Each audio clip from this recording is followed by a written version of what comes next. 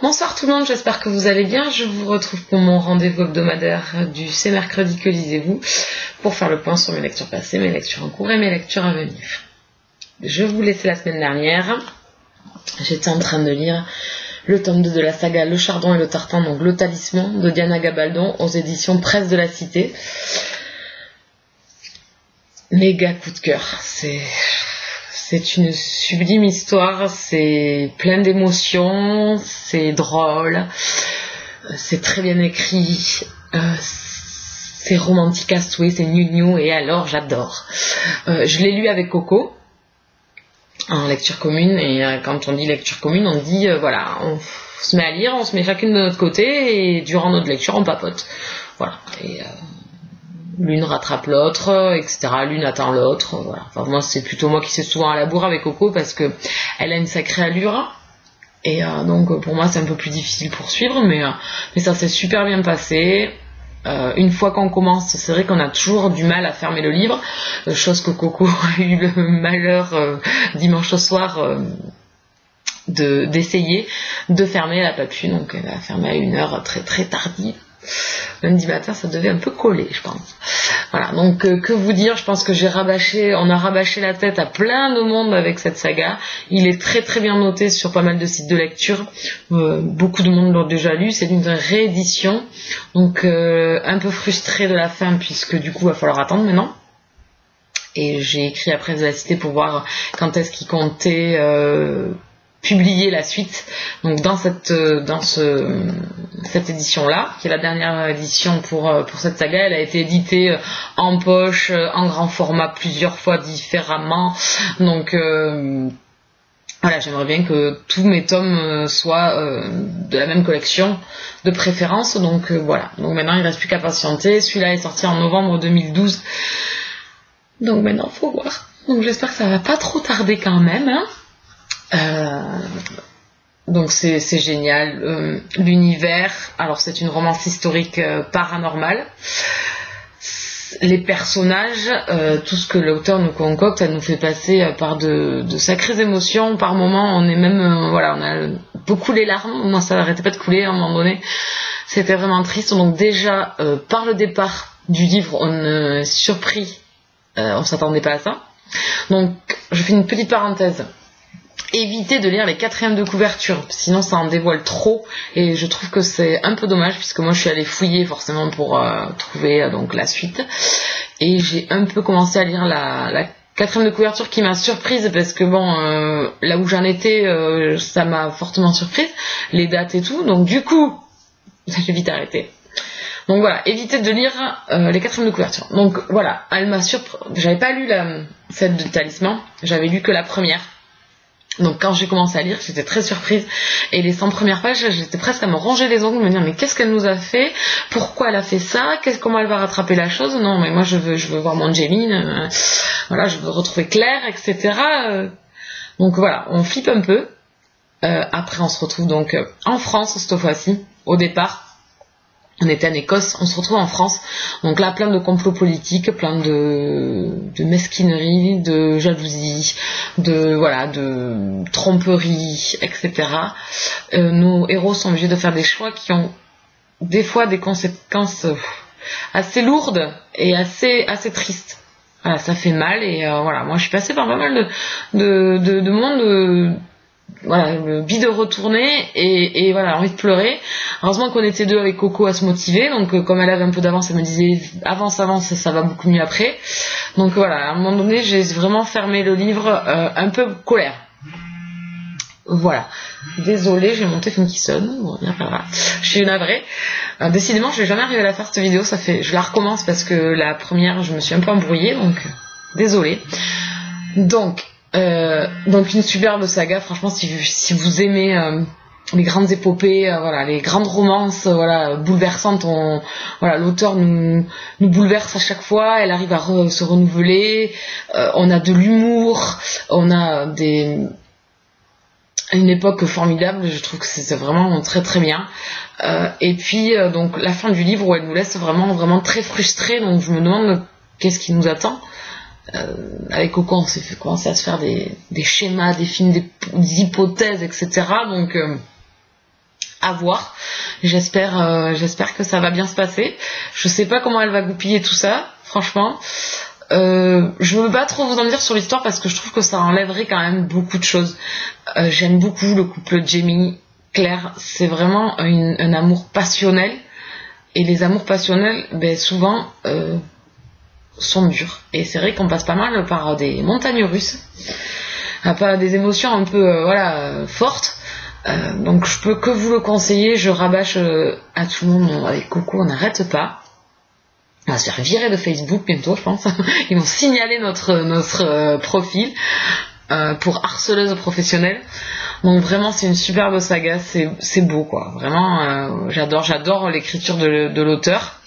Ce qui est un peu déstabilisant, c'est le papier qui est très très fin, donc on voit à travers, quand on tourne les pages, des fois on en tourne deux parce qu'il est tellement fin. Donc voilà, ça serait, le petit bémol de mon histoire. Et à la fin, donc, on retrouve Claire, et je sais pas, vraiment, je serai sur ma fin, je me range les ongles, donc j'espère que les éditions Presse de la Cité vont me répondre au mail que j'ai envoyé, parce que bon, j'aimerais pas attendre vraiment 6 mois ou un an pour lire la suite. Vraiment, c'est vraiment une saga que j'aimerais poursuivre assez rapidement, sous 1 mois ou 2, voire 3 mois. Voilà, ça c'est pas mal. Bon, ça laisse le temps de lire autre chose, de bien apprécier quand on le reprend. Donc c'est vraiment une superbe lecture. Je sais pas quoi vous dire d'autre, franchement. C'est plus qu'être enthousiaste, c'est vraiment devenir addict d'une saga, comme je peux l'être de Michaela Lane, de la confrérie, Après, au fil des tomes, on verra, parce que c'est vrai que quand on continue des sagas comme ça, force, on se lasse un petit peu, comme moi, Chasseuse de la nuit, le tome 5, j'ai été un peu déçue. Je trouve que il me manque ce panache du départ, et bon, c'est normal, le couple est en place, etc. Donc voilà, j'espère que là, ça arrivera pas. Pour l'instant, avec les yo-yo que nous fait l'auteur, c'est loin d'être le cas. Voilà. Donc, je vous le conseille fortement. Vraiment. Si vous aimez la romance historique, je pense que vous aimerez. Les complots, c'est vraiment une superbe saga. Donc, j'ai eu le temps de lire un second livre. Donc, j'ai commencé lundi, fini hier soir. C'est le tome 1 de Megan Chase, Démon personnel de Stacia Kane aux éditions J'ai lu, collection Darklight. Une très bonne lecture. Mise en place de son univers qui encore diffère, c'est un univers de démons encore ici, mais qui est encore différent des autres lectures sur les démons que j'ai faites, que Démonica, que Morgan Kingsley, j'en ai pas d'autres qui me viennent à l'esprit, mais voilà, c'est un peu différent. Elle a créé son propre univers autour d'une héroïne humaine. Voilà, donc vous le laisserez découvrir, parce que au départ c'est très fou, comme l'héroïne, qui se laisse entraîner par Grayson. Donc, je vous resitue un petit peu. Megan est thérapeute, et elle signe un contrat avec une chaîne de radio pour présenter une émission hebdomadaire, Chasseuse de démons. Donc, rien que le titre a réussi à lui ameuter la moitié de tous les démons aux fesses qui en veulent à sa peau. Donc le but, elle le soigne par la parole, entre guillemets, soigne des personnes qui ont des problèmes et qui ont du mal à vivre. Voilà, c'est un peu appel au secours et à l'écoute. Voilà, son travail de thérapeute. De là, elle rencontre sur le pied de sa porte un charmant jeune homme, vraiment fort intéressant. Il me tarde d'en connaître plus. Voilà, parce que l'auteur, reste encore dans le retrait. Donc voilà, c'est peut-être le petit bémol, moi, qui m'a énervé, où je me suis dit, j'aimerais en savoir plus. Elle développe pas trop son univers, et à la fin, elle nous boucle donc l'histoire, donc Megan, donc à la moitié des démons aux fesses, dont un chef démon, qui la veut pour une chose spéciale, mais ça, on reste vraiment dans le flou, on se demande où l'auteur nous mène, on se dit, mais ok. Donc quand Megan pose des questions, Grayson ne veut jamais lui répondre. Donc voilà, Grayson se retrouve sur le pied de sa porte et veut l'aider. Alors, en fait, Megan ne sait pas que les démons existent, ou alors son subconscient a fermé les écoutilles pour imaginer qu'il puisse y avoir des démons. Je vous laisserai découvrir toujours pareil, dans l'histoire, pourquoi, comment, etc. Donc elle rencontre Grayson qui lui propose son aide. Puis en même temps, vu qu'elle est nouvellement, elle a sa nouvelle émission de radio, un journaliste apparaît, donc Brian, et veut faire une interview sur elle pour faire un gros article pour un magazine. Voilà, donc déjà ça l'emballe pas trop de raconter, parce que bon, il va rentrer quand même dans sa vie privée. Donc Megan est assez solitaire et voilà, est assez alors elle est thérapeute, elle écoute les gens et tout, elle paraît indépendante et sûre d'elle, et pas du tout en fait, on se rend compte au fil de la lecture que pas du tout. Donc voilà, c'est un peu déstabilisant. Je pense que c'est ça dans la lecture qui m'a un peu déstabilisée, ces deux facettes de cette héroïne qui, quand elle parle, a l'air sûre d'elle, et quand elle le pense, on entend ce qu'elle pense, l'est pas du tout. Donc voilà, donc c'est un peu ce qu'on est tous, hein. Elle est exactement comme tout le monde, donc c'est vrai qu'on n'a pas trop l'habitude... On a souvent des héroïnes fortes dans l'urban fantasy qui sont voilà, mais c'est vrai qu'elles se posent souvent des questions et que là on retrouve quand même la base des héroïnes urban fantasy. Donc une bonne lecture, j'ai vraiment aimé ce premier tome parce que j'ai eu du mal aujourd'hui à m'expliquer avec mes copinotes sur ce tome. C'est pas un coup de cœur, voilà, c'est pas un coup de cœur, c'est un premier tome qui met en place un univers. L'auteur donc on lance son univers. Elle nous donne pas trop de réponses. Alors c'est ça qui est frustrant. Grayson donc est le mal, donc il y a un désir qui se met en place avec l'héroïne et c'est assez attrayant. On a l'impression qu'il y a un déclic à un moment donné, que ça passe à vite. Alors on sait pas ce que lui il pense en fait, voilà. Donc ça nous frustre un peu, on sait pas où ça nous mène. Voilà, on a plein de questions, on se demande qu'est-ce que va être le tome 2, puisque quand elle finit, donc elle nous donne plein de réponses, puisque l'intrigue se finit et il y a un combat, il y a de l'action, etc. Qui était sympa. C'était un peu spécial, voilà, ça change un petit peu. Ça m'a fait penser un petit peu à... Qu'est-ce que j'ai lu dernièrement qui m'a fait penser à ça? Dans le combat astral, des trucs comme ça. Bon, enfin, vous verrez, hein, vous lirez. Hein. Donc, à la fin, elle donne plein de choses. Elle boucle quand même son histoire, donc on se dit, qu'est-ce qui nous attend dans le tome 2 quand même? Parce qu'il y a pas mal de bouleversements sur la fin, et sur ce qui attend Megan dans l'avenir, qu'est-ce qui va lui arriver, puisque à la fin, autour d'elle, son univers a changé complètement. Donc de personnes solitaires, elle se retrouve quand même avec pas mal de monde autour d'elle. Donc de personnes renfermées et qui n'a confiance en personne, se retrouve avec entre guillemets, une nouvelle famille. Et donc on se demande qu'est-ce que va être le tome 2, puisque l'intrigue est terminée. Qu'est-ce qui nous attend? Voilà. Et puis voilà, question, qu'est-ce qui attend le couple, puisque voilà, l'auteur nous laisse sur notre fin. Donc il y a plein de petites questions où on est resté dans le flou pendant les 3/4 du livre. Donc c'est mon petit bémol, je me dis mais on va pas avoir de réponse. On en a certaines et l'auteur reste reste en retrait et elle nous donne pas les éléments. Donc voilà, elle nous intéresse pour pouvoir poursuivre et savoir qu'est-ce qui va arriver par la suite. Donc un bon tome 1 qui met en place un bel univers, à voir après comment ça sera exploité et comment va évoluer notre héroïne, qui s'est laissée quand même porter, moi j'ai trouvé dans ce premier tome, qui a un peu attendu et qui a posé des questions qui n'a pas eu souvent de réponse, ou alors on sentait qu'il y a derrière, il y avait tout n'était pas dévoilé, que Grayson cachait beaucoup de choses. Donc voilà, on a quelques réponses maintenant, à voir comment ça va évoluer. La fin était toute mignonne entre eux, même si on n'a pas les mots qu'on emploie dans une grande romance et tout ça, je sais pas, ça m'a plu, cet accrochage où le mec, il dit pas tout. Et donc à voir pour la suite qu'est-ce qu'il pense vraiment, qu'est-ce que cette relation est pour eux, et le mot qu'il emploie vis-à-vis d'elle, un mot dans la langue démon, donc à voir qu'est-ce que ça veut dire. J'ai déjà peut-être une petite idée, non, à voir. Voilà, c'est un peu le flou de savoir qu'est-ce qui nous attend dans le tome 2, parce qu'il n'y a pas d'amorce. Elle crée un nouveau futur pour Megan. Et voilà, qu'est-ce qui va se passer? Donc je pense que ça va se développer, sa vie va se développer autour de tout ce qui lui est arrivé à la fin. Elle va devoir gérer plein de choses, son statut il change. Voilà. Donc c'était un très bon tome. Après, à voir la suite, je pense que ça va continuer. Donc c'est pas un coup de cœur, mais c'est un bon tome. Voilà, ça fait 7-8 sur 10. C'est quand même bien. Hein.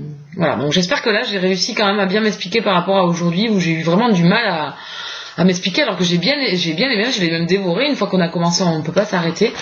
Des personnages vraiment sympas. Dans le livre, Grayson a des gardes du corps qui met aux fesses de Megan pour l'empêcher de se faire tuer.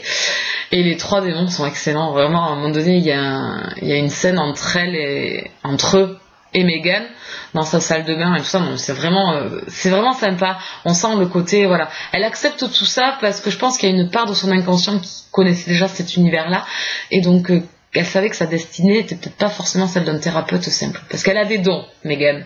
Donc à vous de développer, de trouver au fil de la lecture.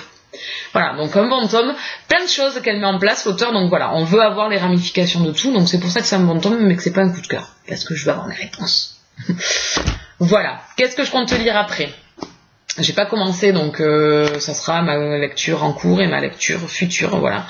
Donc c'est le tome 7 de Mary Gentry, donc Les Ténèbres dévorantes de Lauren K. Hamilton aux éditions J'ai lu, collection Darklight. J'aime beaucoup cette saga, même si j'ai râlé par moments.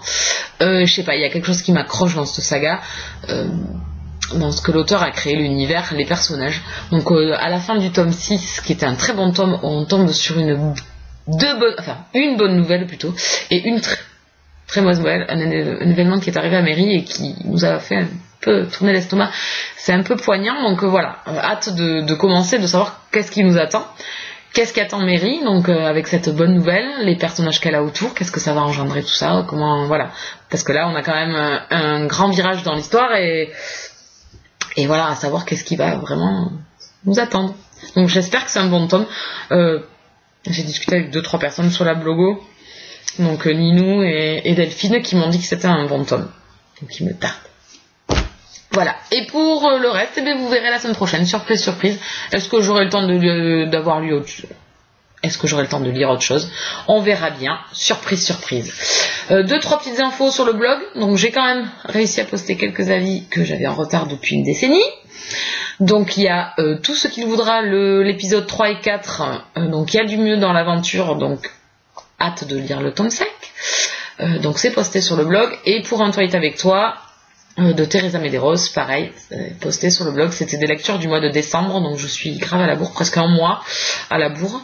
Donc je rattrape petit à petit, pour aller plus vite. Et un nouveau rendez-vous sur le blog. Ça s'appelle My Book Boyfriend. C'est initié par Moody du blog Take Book, je pense que vous connaissez. Si vous connaissez pas, erreur de votre part, erreur à rattraper. Voilà, donc c'est parler des coups de cœur masculins que nous avons eu dans nos lectures. Ça peut être des mâles sexy, beaux en diable, etc., qui nous ont mis la chaleur. Ça peut être également un personnage masculin qui nous a beaucoup plu parce qu'il nous a touchés, parce que on l'a aimé, voilà. Donc nouveau rendez-vous. Alors elle fait un recensement sur son blog, donc c'est tous les mercredis son rendez-vous. Pour ma part, ce sera le jeudi parce que c'est le jour où j'ai pas forcément de rendez-vous hebdomadaire, donc je l'ai classé là. Voilà, ça remplit le trou de la semaine où j'aurai à peu près un rendez-vous tous les jours. Voilà, je vous embête pas plus longtemps, je vous souhaite une très bonne semaine, de très bonnes lectures et je vous dis à la semaine prochaine. Bye bye, bisous.